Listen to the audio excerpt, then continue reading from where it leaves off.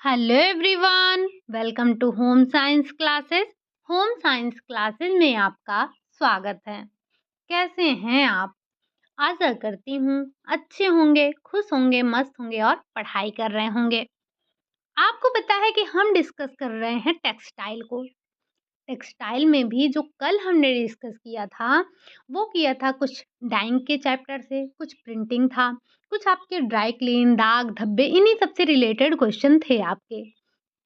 तो कुछ क्वेश्चन तो हमने डिस्कस कर लिए थे, बट कुछ क्वेश्चन हमारे रह गए हैं, तो उनको आज और कल की क्लास में हम मिलकर डिस्कस कर लेंगे। जैसे कि आपके धुलाई से संबंधित, धुलाई के कुछ सिद्धांत हैं, धुलाई में उपयोग किए जाने वाले कुछ उपकरण हैं, इन सब के बारे में हमें चर्चा करनी है। कुछ शोधक पदार्थों के बारे में भी चर्चा करनी है, क्लफ वगैरह हो गए, इन सब के बारे में हमें थोड़ी-थोड़ी चर्चा करनी है। तो आज और कल की जो क्लास होगी आपकी, वो इन्हीं सब से संबंधित होने वाली है। उम्मीद है कि जो इससे पहले आपके 15 प्रैक्टिस सेट हो चुके हैं, आपने सारे के सारे प्रैक्टिस सेट देख लिए होंगे, क्योंकि उसमें हमने अपने सभी प्रकार के रेतों, चाहे वो आपका कृत्रिम हो, चाहे आपका प्राकृतिक हो, हर एक रेशे के बारे में पढ़ा, उसके मैन्युफैक्चरिंग को देखा, विशेषताओं को देखा। साथ ही साथ हमने डाइंग, प्रिंटिंग, वीविंग, नीटिंग, इन सब के बारे में डिस्कस कर लिया है। फिनिशिंग का टॉपिक आपका काफ़ी इम्पोर्टेंट है, वो भी डिस्कस किया गया है। तो उम्मीद है कि आपने सारी क्लासेस ली होंगी और आज हम डिस्कस करने वाले हैं। हमने आपको कई टॉपिक का नाम बताया, विशेषकर आपकी धुलाई से संबंधित हैं, कुछ नियम हैं, कुछ प्रतिकारक हैं, कुछ उपकरण हैं। इन्हीं सब से संबंधित आज हम प्रश्न करने वाले हैं। तो चलिए चलते हैं हम आज के अपने पहले क्वेश्चन की तरफ, और उम्मीद करते हैं कि आपने पेन और नोटबुक अपने पास में रखा होगा। आप काउंट करेंगे, आपने कितना क्वेश्चन 45 में से कितना क्वेश्चन आपने सही किया है, और जो अब अगले 3 दिन तक या 2 दिन तक हम डिस्कस करने वाले हैं, इसमें कुछ आपको ऐसे बिंदु मिलने वाले हैं, जो कि हमने अपनी क्लास में डिस्कस नहीं किया है। तो उन बिंदुओं को कहीं न कहीं नोट डाउन करते हुए चलिएगा। आसान है, समझने में आसानी होगी, ठीक? चलिए, बढ़ते हैं आज के अपने पहले क्वेश्चन। क्वेश्चन नंबर फर्स्ट है, कह रहा है अलग्न गंदगी क्या है? ये जब आप धुलाई का चैप्टर पढ़ते हैं, तो वहाँ पर आपको 2 प्रकार की गंदगी देखने को मिलती है। एक होती है आलग्न और दूसरी होती है शालग्न, संलग्न। तो जो आलग्न गंदगी है वो क्या है? क्या वस्त्र की ऊपरी सतह पर धूल कण, मिट्टी, बालू आदि लग जाने के कारण होता है, या फिर वस्त्र के रेशों के भीतर तक चिकनाई के साथ गंदगी लग जाने के कारण होता है, या इन दोनों को हम आलग्न गंदगी कहते हैं, या इनमें से कोई नहीं? तो आपको पता होना चाहिए कि गंदगी आपकी 2 प्रकार की होती है। जब हम बात करते हैं आलग्न गंदगी की, तो उसमें आता है, मतलब आलग्न गंदगी वो गंदगी होती है जो वस्त्र की ऊपरी सतह, जैसे कि धूल, कण, मिट्टी, बालू, ये सब चीज़ें जब ऊपरी सतह पर लग जाती हैं, तो इसी को हम आलग्न गंदगी के नाम से जानते हैं, ठीक? कहीं न कहीं इस पॉइंट को नोट डाउन करिएगा। बढ़ते हैं अगले क्वेश्चन। क्वेश्चन नंबर सेकंड में पूछा जा रहा है संलग्न गंदगी। अभी आपने देखा एक अलग्न गंदगी और दूसरी है आपकी संलग्न गंदगी। अब ये कौन सी गंदगी है? क्या वस्त्र के ऊपरी सतह पर धूल, कण, मिट्टी, बालू ये सब लग जाने की वजह से? तो आप बोलेंगे नहीं, ये तो हमने अभी आलग्न में देखा था। तो जो वस्त्र के रेशों के भीतर तक चिकनाई के साथ गंदगी लग जाने के कारण जो गंदगी लगती है, उसी को हम संलग्न गंदगी के नाम से जानते हैं, ठीक? दोनों पॉइंट अलग्न और संलग्न कहीं ना कहीं नोट डाउन जरूर करिएगा, ठीक? चलिए, अगला क्वेश्चन है क्वेश्चन नंबर 3। वस्त्र की धुलाई के मुख्य उद्देश्य हैं। जब हम वस्त्रों की धुलाई करते हैं, तो हमारा मेन पर्पस क्या होता है? क्या वस्त्र को धूल, कण, मिट्टी और चिकनाई युक्त गंदगी से मुक्त करना होता है, या फिर धुले हुए वस्त्र को नवीन रूप प्रदान करना होता है? दोनों होता है, इनमें से कोई नहीं। तो ये बड़ा साधारण सा क्वेश्चन है। आपके समझ पर आधारित है। हम कपड़े को क्यों धुलते हैं या जब हम वस्त्रों की धुलाई करते हैं, तो हमारा उद्देश्य क्या होता है? हमारा उद्देश्य यही होता है ना कि हम जो हमारे वस्त्र पर धूल, मिट्टी, चिकनाई युक्त जो भी पदार्थ लगे हैं, वो साफ हो जाएँ। दूसरा ये होता है कि हम अपने वस्त्रों को नवीनता प्रदान करना चाहते हैं, अर्थात अपने वस्त्रों को नया बनाने के उद्देश्य से भी हम धुलाई करते हैं। तो आपका उपरोक्त दोनों क्या हो जाएगा? आपका उपरोक्त दोनों राइट आंसर हो जाएगा। ठीक? चलिए, अगला क्वेश्चन है क्वेश्चन नंबर 4। वॉशिंग मशीन का प्रयोग करते समय, वॉशिंग मशीन आपको पता है कि ये इस समय में ये जो वॉशिंग मशीन है, ये मशीन आपको लगभग हर घर में देखने को मिल जाता है। तो जो आपका वॉशिंग मशीन है, जब आप इसका इस्तेमाल कर रहे हो, जब आप इसका प्रयोग कर रहे हो, तो आपको किन बातों का ध्यान रखना है? क्या जो उस पे अंकित चिन्ह है, उससे अधिक पानी ना डालें, मशीन को बिना पानी के ना चलाएं, रंगीन एवं श्वेत वस्त्र को अलग-अलग डालना चाहिए या फिर उपरोक्त सभी।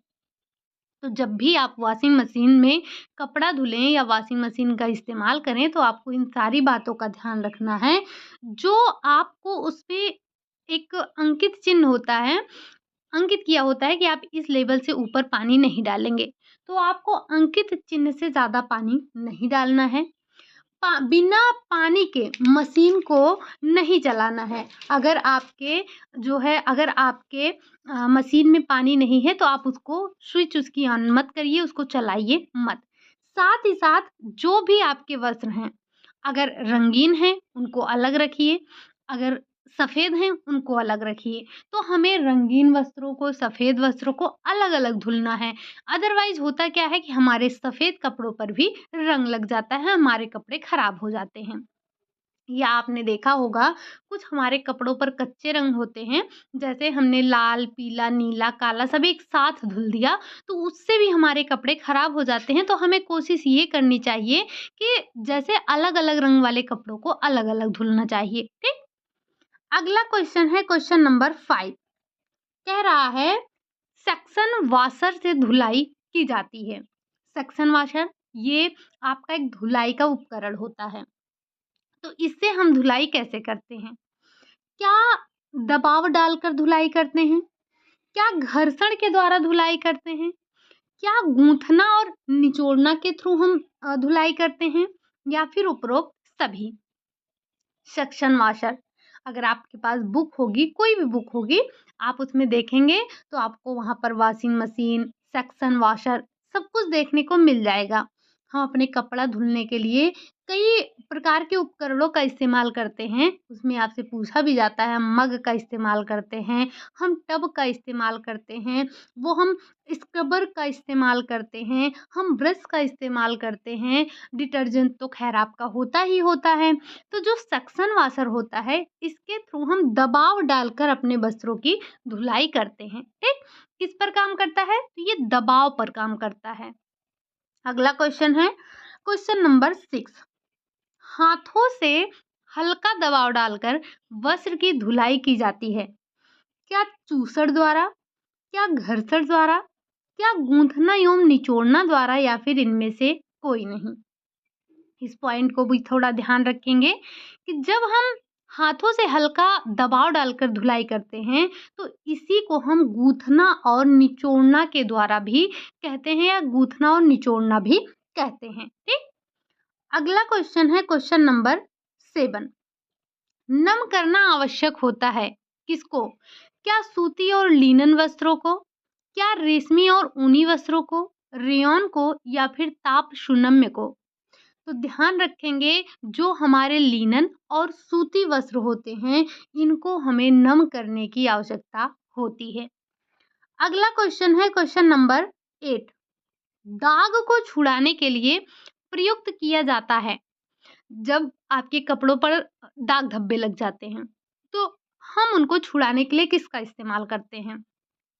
साबुन का, शोधक पदार्थ का, रासायनिक प्रतिक्रमक का या फिर इनमें से कोई नहीं? तो आपने पढ़ा था क्या? शोधक पदार्थ। क्या होता है?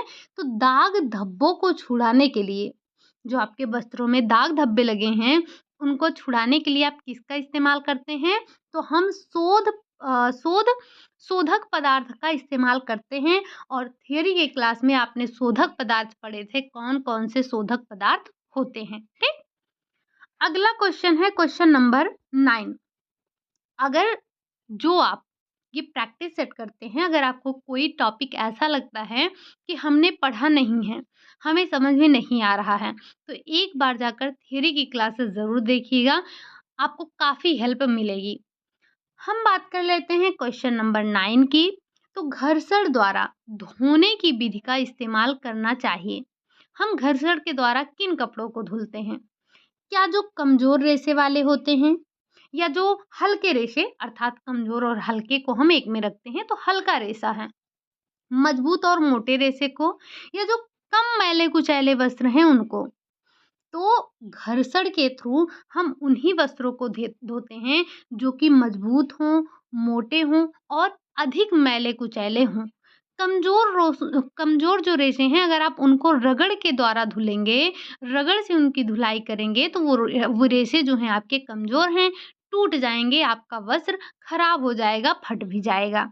तो हमें ध्यान क्या रखना है कि घर्षण विधि का इस्तेमाल हम उन्हीं कपड़ों पर करते हैं जो कि मोटे हों, मजबूत हों, साथ ही साथ वो अधिक मैले-कुचैले हों, ठीक? चलिए, अगला क्वेश्चन है क्वेश्चन नंबर 10। घर्षण द्वारा धुलाई की विधियाँ हैं। क्या हाथ से हम घर्षण देते हैं, या स्क्रबिंग बोर्ड पर हम घर्षण देते हैं, खुरदुरी सतह पर हम घर्षण देते हैं, या उपरोक्त सभी? तो इस पॉइंट को भी ध्यान रखिएगा कि जो घर्षण के द्वारा धुलाई की जाती है, उसके लिए ये सभी तरह से हम घर्षण देते हैं। पहले क्या होता था, पहले जो धोबी कपड़े धुलते थे, वो घाट पर ले जाकर धुलते थे या जहाँ भी धुलते थे, तो वो वस्त्रों को पटक-पटक कर धुलते थे। तो इससे जो हमारे वस्त्र होते थे, वो खराब हो जाते थे, फट जाते थे। फिर हमने तमाम प्रकार के हमारे ऐसे उपकरण आ गए जिससे हम घर्षण के थ्रू धुलाई करने लगे।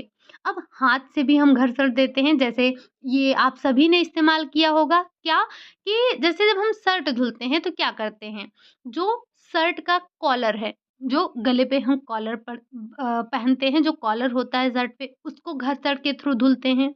जो हाथ की मोहड़ी होती है, कलाई के पास वाला जो बॉर्डर होता है, जहाँ पर आपका बकरम लगा होता है, उसको भी हम घर्षण के थ्रू धुलते हैं।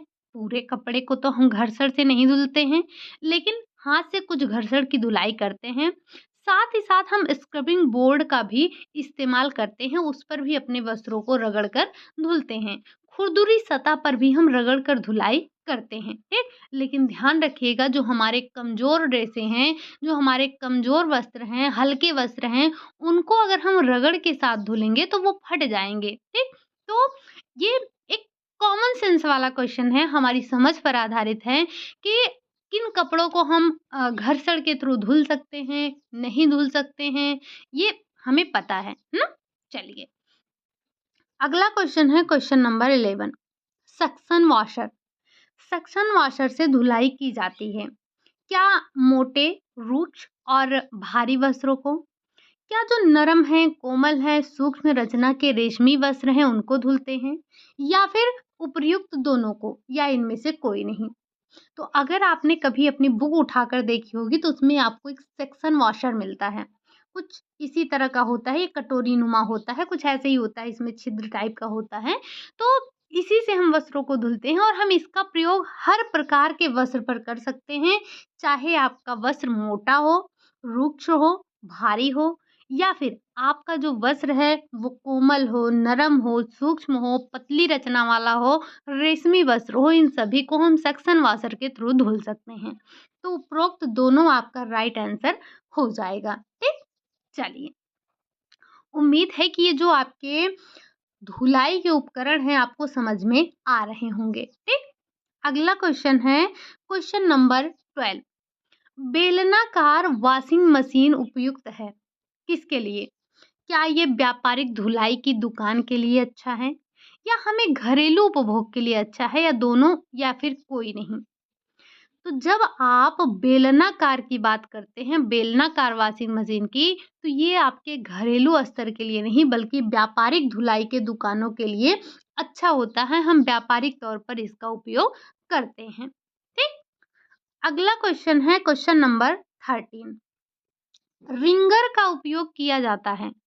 रिंगर एक आपका धुलाई का उपकरण है। क्या वस्त्र से मैल छुड़ाने हेतु रगड़ने के लिए, वस्त्र को खंगालने के बाद निचोड़ने के लिए, धुले वस्त्र को सुखाने के लिए या फिर उपरोक्त सभी के लिए। तो जो हमारा ये रिंगर है, रिंगर का उपयोग हम वस्त्र को खंगालने के बाद उसको निचोड़ने के लिए इस्तेमाल करते हैं। ठीक?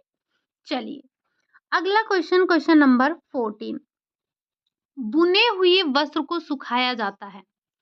अर्थात जो नीटिंग के थ्रू हम वस्त्र बनाते हैं, बुने का मतलब आपको समझ में आ रहा होगा, वीविंग की बात नहीं की जा रही है, बात की जा रही है नीटिंग की।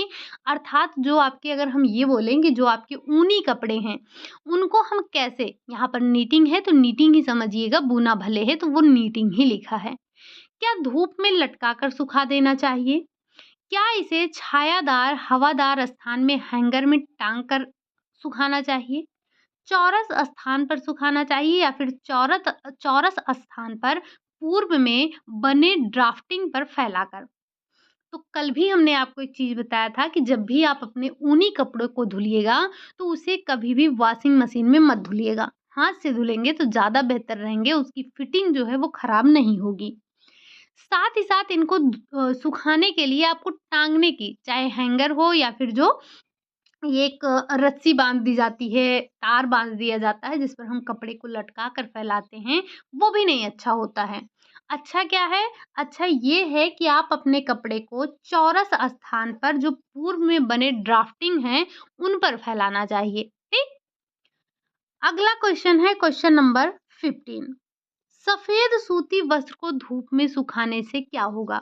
जो आपके व्हाइट और कॉटन के कपड़े हैं, व्हाइट कॉटन के कपड़े हैं, उनको जब आप धूप में सुखाएँगे तो क्या होगा? क्या गंदा एवं मटमैला हो जाता है? पीलापन लिए भूरा हो जाता है? सफ़ेद और चमक बढ़ जाती है या फिर उपरोक्त में से कोई नहीं? अच्छा एक चीज़ आपने बहुत देखी होगी, जैसे आपके पास कोई व्हाइट ड्रेस है, ठीक? जब आप उस व्हाइट ड्रेस को 1-2 बार पहनेंगे फिर तो वो बड़ी चमक रहती है। लेकिन जब हम उसको कई बार पहनने लगते हैं या बार-बार पहनते हैं, तो वो बड़ा गंदा-गंदा हो जाता है। और जब हम उसको धुलते हैं, तो धुलने के बाद भी वो उतना स्वच्छ, उतना चमकदार, उतना साफ हमें नहीं दिखाई देता है। तो हम करते क्या हैं, तो जब हम उसे धुल कर धूप में फैला देते हैं, तो धूप में फैलाने के बाद उसमें सफ़ेदी आ जाती है, उसकी चमक जो है वो बढ़ जाती है, अर्थात जो हमारा कपड़ा है और भी चमकदार दिखने लगता है। ये आप सभी ने देखा होगा, है ना? चलिए, और आपको ये भी पता होगा कि जो हमारी सूर्य की किरणें हैं या जो हमारा सूर्य का प्रकाश है, ये एक प्रकार का प्राकृतिक विरंजक है ना? होता है ना? आप सभी ने व्हाइट कपड़ों पर इस विरंजक को देखा होगा। बढ़ते हैं अगले क्वेश्चन, क्वेश्चन नंबर 16। क्या कह रहा है क्वेश्चन नंबर 16 आपसे? 16 नंबर का क्वेश्चन आपसे पूछ रहा है, सेक्शन वॉशर से धोया जाता है। जो आपका सेक्शन वॉशर है, आप उससे कैसे धुलते हैं? रगड़ के द्वारा धुलते हैं, दबाव डालकर धुलते हैं, उपरोक्त दोनों तरीकों से या फिर इनमें से कोई नहीं? तो ये आपने क्वेश्चन एक बार और किया था, मतलब क्वेश्चन नंबर 2nd या 3rd ही आपका था कि सेक्शन वॉशर के थ्रू हम कपड़ों को दबाव डालकर धुलते हैं। कैसे? दबाव डालकर। और आपको पता है कि ये जो आपका सेक्शन वॉशर है, ये हर एक कपड़े के लिए उपयोगी है। ठीक? चलिए, अगला क्वेश्चन है क्वेश्चन नंबर 17। धुलाई की क्रिया में चम्मच का उपयोग किया जाता है, जो बना होता है किसका? लकड़ी का, प्लास्टिक का, धातु का या फिर दोनों का, मतलब लकड़ी और धातु दोनों, लकड़ी और प्लास्टिक दोनों का। तो हम जब धुलाई प्रक्रिया करते हैं, उसमें चिम्मच का इस्तेमाल करते हैं और वो चिम्मच जो होता है आपका, या तो लकड़ी का बना होगा या फिर आपका प्लास्टिक का बना होगा। धातु के चिम्मच का इस्तेमाल हम नहीं करते हैं क्योंकि आपको पता है कि धुलाई की प्रक्रिया में हम कई प्रकार के शोधक प्रतिकर्मकों का उपयोग करते हैं। ठीक? अगला क्वेश्चन है क्वेश्चन नंबर 18। सिंक एवं ड्रेनिंग बोर्ड, सिंक एवं ड्रेनिंग बोर्ड क्या है? क्या ये धुलाई संबंधित उपकरण है? क्या ये आपके सुखाने संबंधित उपकरण है? क्या ये आपके इस्त्री करने संबंधी उपकरण है या फिर संचयन संबंधी उपकरण है? तो आपको पता होना चाहिए कि ये जो सिंक है और जो ड्रेनिंग बोर्ड है, ये दोनों के दोनों आपके धुलाई से संबंधित ही उपकरण होते हैं। ठीक? चलिए, वैसे अगर आपको कुछ नहीं समझ में आ रहा था तो सिंक से आप पकड़ ही सकते हैं कि धुलाई का सामान हो सकता है। अगला क्वेश्चन है क्वेश्चन नंबर 19। धुलाई कार्य में प्रयुक्त किए जाने वाला कटोरा, एक कटोरे का इस्तेमाल करते हैं हम, वो किसका बना होता है? धातु का बना होता है, प्लास्टिक का या फिर चीनी मिट्टी का बना होता है? दोनों का मतलब चीनी मिट्टी, धातु, प्लास्टिक तीनों से बनता है या फिर इनमें से कोई नहीं? तो अभी-अभी हमने आपसे बताया कि जब हम धुलाई में जो भी सामान इस्तेमाल करते हैं, उसमें आपके चीनी मिट्टी, प्लास्टिक, लकड़ी इन सब का इस्तेमाल ज़्यादा किया जाता है। तो जब हम धुलाई कार्य में बात करते हैं कटोरे की, तो वो प्लास्टिक का होगा या फिर वो आपका चीनी मिट्टी का बना होगा, उसका इस्तेमाल हम करते हैं। अगला क्वेश्चन है क्वेश्चन नंबर 20। कह रहा है, गेहूँ के चोकर का सत्त बढ़िया प्रकार का शोधक होता है या साधारण प्रकार का शोधक पदार्थ है? ये शोधक है, ठीक? या फिर अपमार्जक है या वस्त्र पर कड़ापन एवं सफेदी लाता है? तो जब आप बात करेंगे गेहूं के चोकर की, तो जो गेहूं के चोकर का जो सत्त है, ये आपका एक साधारण सा शोधक पदार्थ होता है। ठीक? क्या है? एक साधारण प्रकार का शोधक पदार्थ होता है। अगला क्वेश्चन है क्वेश्चन नंबर 21। वसीय अम्लों के लवण को कहा जाता है क्या? शोधक पदार्थ कहते हैं, अपमार्जक कहते हैं, विरंजक कहते हैं या फिर हम उसे साबुन कहते हैं? तो जो वसीय अम्लों के लवण होते हैं उनको हम साबुन के नाम से जानते हैं। बढ़ते हैं अगले क्वेश्चन, क्वेश्चन नंबर 21। कह रहा है 22 है, शोधक पदार्थ का उपयोग किया जाता है क्यों? गंदे एवं मैले वस्त्र को स्वच्छ करने में, वस्त्र पर कड़ापन लाने में, वस्त्र पर सफेदी एवं उज्ज्वलता लाने में या फिर उपरोक्त सभी। तो हम अपने वस्त्रों पर शोधक पदार्थों का इस्तेमाल क्यों करते हैं? क्योंकि हमें अपने वस्त्रों की जो गंदगी है, जो मैल है, उसको हटाना होता है, अर्थात हमें अपने गंदे और मैले वस्त्र को स्वच्छ करना होता है। ठीक?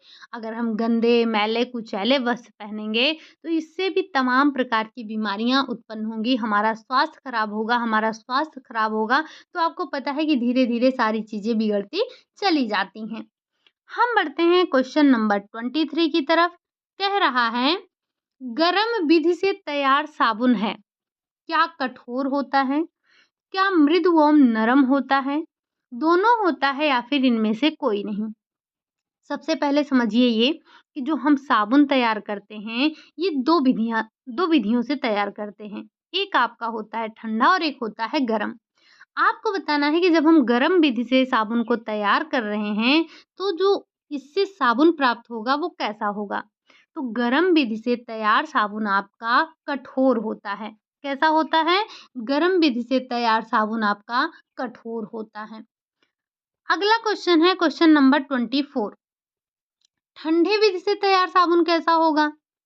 मृदु एवं नरम होगा, कम समय एवं श्रम लगता है, उपरोक्त दोनों इनमें से कोई नहीं।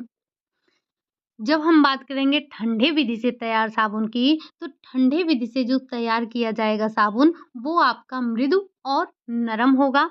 साथ ही साथ इसमें कम समय लगेगा और श्रम भी इसमें कम लगेगा, अर्थात उपरोक्त दोनों आपका राइट आंसर हो जाएगा।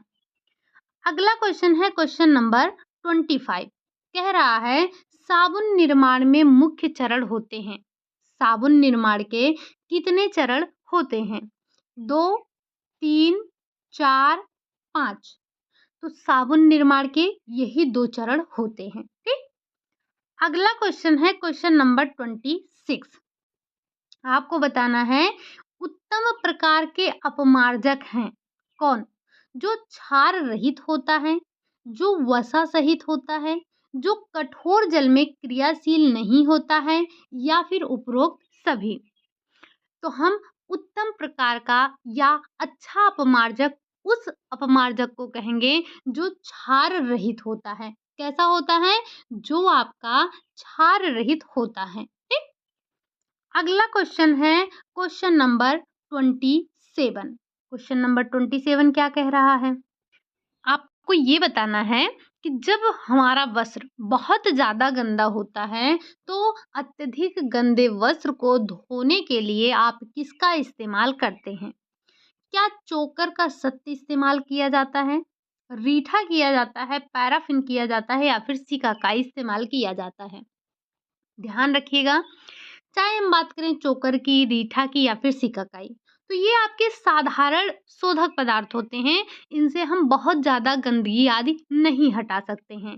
तो अगर हमारा वस्त्र ज़्यादा मैला-कुचैला है, ज़्यादा गंदा है, तो इसके लिए हमें पैराफिन का इस्तेमाल करना होगा। इससे हमारी गंदगी दूर होगी। ठीक? अगला क्वेश्चन है क्वेश्चन नंबर 28। द्रावण साबुन के निर्माण में हल्के क्षारीय एवं ग्रीज के घोल का उपयोग किया जाता है, तीव्र क्षार एवं कठोर वसा का इस्तेमाल किया जाता है, हल्के क्षार एवं हल्के वसा का उपयोग किया जाता है या फिर इनमें से कोई नहीं। तो जब हम बात करते हैं द्रावण साबुन की, तो इसके लिए हम हल्के क्षार एवं ग्रीज के घोल का उपयोग करते हैं। किसका? क्षार हमारा हल्का होगा, ग्रीज का घोल होगा, उसके उपयोग से हम द्रावण साबुन का निर्माण करते हैं। ठीक। बढ़ते हैं अगले क्वेश्चन, क्वेश्चन नंबर 29 पर। बताना है कि धुलाई में प्रयोग होने वाला जो नौशादर है वो और क्या होता है, या धुलाई में प्रयोग होने वाला नौशादर क्या है? हम उसको रासायनिक भाषा में क्या बोलते हैं? क्या उसे हम कार्बन डाइऑक्साइड कहते हैं, कार्बन मोनोऑक्साइड कहते हैं, अमोनिया क्लोराइड कहते हैं या फिर सोडियम बेंजोएट कहते हैं? आपको पता है कार्बन डाइऑक्साइड क्या है? गैस है। Carbon monoxide gas, sodium benzoate हम एक परिरक्षक के तौर पर इसका इस्तेमाल करते हैं। बचा क्या? Ammonium chloride. तो ये जो होता है नौशादर का रासायनिक नाम होता है। अगला क्वेश्चन है क्वेश्चन नंबर 30। निम्नलिखित में से रासायनिक शोधक पदार्थ है क्या? रीठा है, सिकाकाई है, चोकर का घोल है या फिर अमोनियम क्लोराइड है? अभी अभी आपने देखा था कि चाहे हम बात करें चोकर के घोल की, सिकाकाई की, रीठा की, तो ये सारे के सारे आपको कैसे हैं? ये सारे के सारे आपके जैसे पौधों से प्राप्त होते हैं। और लेकिन जब हम बात करते हैं अमोनियम क्लोराइड की, तो ये आपका एक प्रकार का रासायनिक शोधक पदार्थ होता है और इसी को हम नौशादर के नाम से भी जानते हैं। अगला क्वेश्चन है क्वेश्चन नंबर 31। कहा जा रहा है गेहूं के स्टार्च के कण क्या हैं? क्या कुछ बड़े और बढ़िया किस्म के होते हैं, अत्यंत अत्यंत सूक्ष्म होते हैं, सबसे अच्छे किस्म के होते हैं, मध्यम आकार के होते हैं और वस्त्र पर अत्यधिक कड़ापन लाते हैं या फिर उपरोक्त में से कोई नहीं? जब हम बात करेंगे गेहूं के स्टार्च की, तो ये जो गेहूं का स्टार्च है, ये थोड़ा बड़ा और बढ़िया किस्म का होता है। हम ये नहीं कह सकते हैं कि बहुत अच्छा होता है, बट बढ़िया होता है। ठीक। अगला क्वेश्चन है क्वेश्चन नंबर 32। स्टार्च का प्राप्ति स्रोत होता है। स्टार्च का प्राप्ति स्रोत क्या है? कार्बोहाइड्रेट है जो कि आपको वनस्पति जगत से मिल रहा है, वसा है जो कि आपको वनस्पति और प्राणिज जगत से मिल रहा है, प्रोटीन है जो कि आपको प्राणिज जगत से मिल रहा है या फिर इनमें से कोई नहीं। तो आपने पढ़ा है स्टार्च। स्टार्च क्या है? जब आपने पढ़ा था कार्बोहाइड्रेट का वर्गीकरण, तो उसमें आपने 3 भागों में विभाजित किया था। एक आपका था मोनो, एक आपका था डाई और तीसरा आपका था पॉली। उसी पॉली में आपने क्या नाम सुना था? स्टार्च सुना था। तो स्टार्च की प्राप्ति का स्रोत क्या है? कार्बोहाइड्रेट है। ठीक, जो कि हमें वनस्पति जगत से मिल रहा है। अगला क्वेश्चन है क्वेश्चन नंबर 33। साबूदाने के स्टार्च से क्या आपको पर्याप्त कड़ापन आता है और पर्याप्त कड़ापन आता है परंतु वांछित नमनीयता नहीं आ पाती है? या पर्याप्त कड़ापन और वांछित नमनीयता दोनों आती है, या फिर हल्का कड़ापन और नमनीयता आती है, या फिर इनमें से कोई नहीं। तो जब हम बात करते हैं साबूदाने के स्टार्च की, तो जो साबूदाने का स्टार्च होता है इससे तो आपको पर्याप्त कड़ापन मिल जाता है। कड़ा तो ये आपका अच्छा खासा हो जाता है, लेकिन जो नमनीयता होती है वो आपको आपके वांछित नमनीयता नहीं मिल पाती है। जैसी नमनीयता आपको चाहिए वो यहाँ पर नहीं मिल पाता है। ठीक, चलिए अगला क्वेश्चन है क्वेश्चन नंबर 34। चावल के स्टार्च के कण, चावल हो, गेहूँ के, ये सब आपके स्टार्च प्राप्ति के स्रोत होते हैं। तो जो चावल के स्टार्च के कण हैं, क्या वो बड़े होते हैं तथा वस्त्र पर अत्यधिक कड़ापन लाते हैं, या फिर वो मध्यम आकार के होते हैं, वस्त्र की रचना के लिए सर्वथा उपयुक्त होते हैं, या फिर वो सूक्ष्म होते हैं तथा वस्त्र पर वांछित कड़ापन और नमनीयता लाते हैं, या फिर इनमें से कोई नहीं। तो जब हम बात करते हैं चावल के स्टार्च की, साबूदाने का स्टार्च देखा आपने, चावल का स्टार्च देखा आपने। ये चावल का जो स्टार्च है ये सूक्ष्म होता है और वस्त्र पर वांछित कड़ापन और नमनीयता प्रदान करता है, जबकि आपने देखा था जो साबूदाने की बात कर रहे थे वो तो आपका वांछित नमनीयता आपको नहीं दे रहा था। ठीक, अगला क्वेश्चन है क्वेश्चन नंबर 35। अरारोट, अरारोट का स्टार्च प्राप्त किया जाता है। ये जो चावल का स्टार्च देखा, साबूदाने का स्टार्च देखा, वैसे ही आपका अरारोट का स्टार्च होता है। ये पाया कहाँ जाता है? चावल में, मक्का से, साबूदाना से, या एक प्रकार के एक विशेष प्रकार के पौधे की जड़ से। तो जब हम बात करते हैं अरारोट की, तो ये आपको एक विशेष प्रकार के पौधे की जड़ से पाया जाता है। ठीक, अगला क्वेश्चन है क्वेश्चन नंबर 36। एनिलिन नील, आपने कल नील के 4 प्रकार पढ़े थे। ठीक, उसी में से आपका एक एनिलिन नील है। ये क्या है? क्या ये कृत्रिम विधि से तैयार नील है, या नील के पौधे से प्राप्त किया जाता है, या खनिज पदार्थ की सहायता से प्राप्त करते हैं, या फिर इनमें से कोई नहीं? तो नील आपको इंडिगो नील जो था वो नील के पौधे से मिल रहा था, जबकि हम जब एनिलिन की बात करते हैं तो ये आपको कृत्रिम पौधे से तैयार किया जाता है, या कृत्रिम पौधे से तैयार नील कृत्रिम विधि से तैयार नील होता है। ठीक, पौधे से नहीं, कृत्रिम विधि से तैयार ये आपका नील होता है। अगला क्वेश्चन है क्वेश्चन नंबर 37। इंडिगो नील प्राप्त होता है नील के पौधे से, खनिज पदार्थ की सहायता से, कोल तार के रंगों से, या फिर सभी से? तो अभी अभी हमने देखा, जब हमने 4 प्रकार के नील पढ़े थे उसमें आपका जो इंडिगो नील था, इंडिगो नील आपको कहाँ से प्राप्त हो रहा था? ये नील के पौधे से आपको प्राप्त हो रहा था। ठीक, कहाँ से? नील के पौधों से। अगला क्वेश्चन है क्वेश्चन नंबर 38। सर्वाधिक सुरक्षित एवं प्रचलित नील है। अब ये चारों प्रकार के नील आपके सामने आ गए हैं। इसमें इंडिगो नील है, अल्ट्रामैरीन नील है, एनिलिन नील है, और पर्शियन ब्लू नील है। अब ये चारों तो आपके प्रचलन में है नहीं, तो जो सबसे सुरक्षित, जिससे हमारे कपड़ों पर जंग ना लगे, हमारे कपड़े खराब ना हो, हमारे कपड़ों को कोई नुकसान ना हो, ऐसा कौन सा नील है जो कि सबसे ज्यादा प्रसिद्ध है?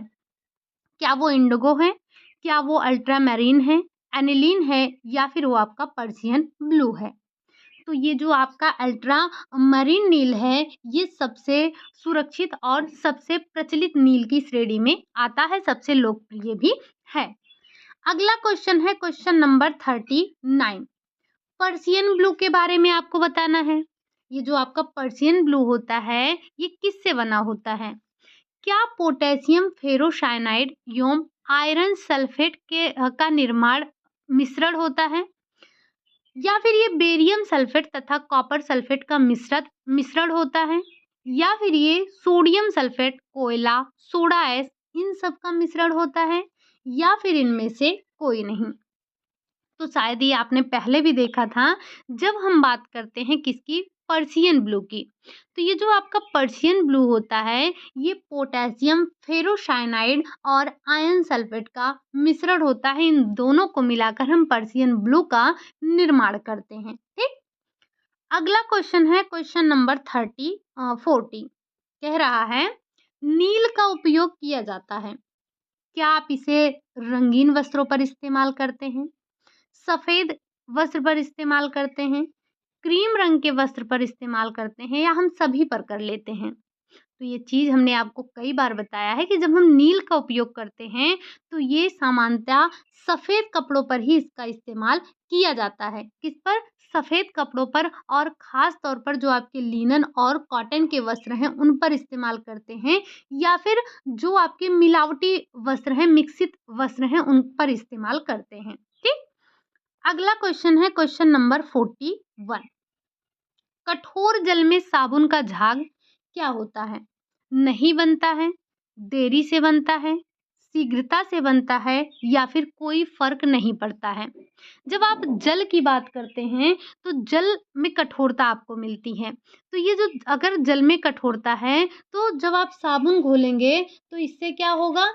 क्या ये आपका साबुन का झाग नहीं बनेगा या देरी से बनेगा या शीघ्रता से बनेगा? तो हमें पता है ना कि जब हम बात करते हैं जल की कठोरता की, तो अगर आपका जल कठोर है, तो उसमें जो साबुन है, वो आपको झाग बहुत देरी से देगा। इसमें आपको क्या होगा? इसमें आपको झाग देरी से मिलेगा। ठीक? अगला क्वेश्चन है क्वेश्चन नंबर 42 सबसे शुद्ध जल होता है आपको जल जल के स्रोत आपने पढ़े थे, हमने देखा था कि हम अलग-अलग जगहों से जल प्राप्त कर रहे थे। तो आपको बताना है कि सबसे शुद्ध जल कहाँ का होगा? क्या जो नदी का जल बह रहा है या जो वर्षा का जल है या समुद्र का जो जल है या फिर जो कुएँ में आपको जल मिल रहा है वो है?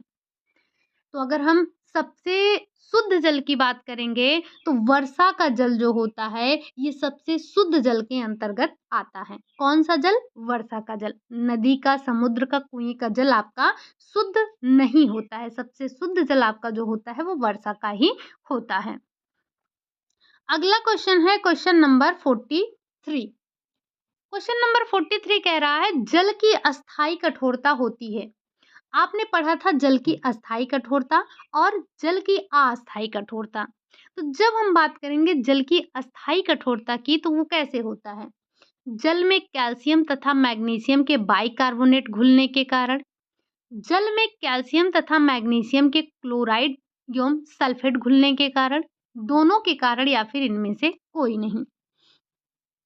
तो जो जल की कठोरता है, जल की अस्थायी कठोरता जल में कैल्शियम और मैग्नीशियम के क्लोराइड एवं सल्फेट घुलने के कारण होता है। ठीक? अगला क्वेश्चन है क्वेश्चन नंबर 44 बताना है कि जल की अस्थायी कठोरता क्यों होती है या जल की अस्थायी कठोरता क्या है? क्या ये जल में कैल्शियम और मैग्नीशियम के सल्फेट के कारण होता है? जल में कैल्शियम और मैग्नीशियम के क्लोराइड घुले होने के कारण होता है या जल में कैल्शियम तथा मैग्नीशियम के बाइकार्बोनेट के घुले होने के कारण होता है या उपरोक्त सभी के कारण होता है? तो ये जो आपका जल का अस्थायी कठोरता है, ये जल में कैल्शियम और मैग्नीशियम के बाइकार्बोनेट घुले होने के कारण होता है। यहीं पर आपने देखा था क्या कि जो आपका क्वेश्चन नंबर क्या था? क्वेश्चन नंबर 43 था, इसमें आपसे पूछा गया था अस्थायी कठोरता। तो ये आपके जल में मैग्नीशियम और कैल्शियम के क्लोराइड और सल्फेट के घुले होने के कारण होता है। दोनों में डिफरेंस है। अगला क्वेश्चन है और आज का आपका लास्ट क्वेश्चन है, कैल्गन कहते हैं किसे? क्या सोडियम हेक्सामेटाफॉस्फेट को, सोडियम कार्बोनेट को, चूना को या फिर सोडियम लाइट को? तो कैल्गन क्या है? कैल्गन जल शुद्धिकरण की एक विधि है। इसमें हम ये कैल्गन कहते किसे हैं? तो जो सोडियम हेक्सामेटाफॉस्फेट है, इसी को हम कैल्गन के नाम से जानते हैं। ठीक?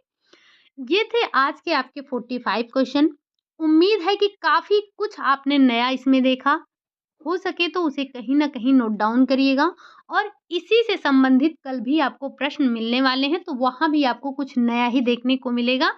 पेन और नोटबुक लेकर बैठिएगा। आज आपने उम्मीद है कि काउंट किया होगा और आप मुझे बताएँगे कि आपने कितना क्वेश्चन सही किया। मतलब 45 में से आपके कितने क्वेश्चन सही हुए हैं, ठीक?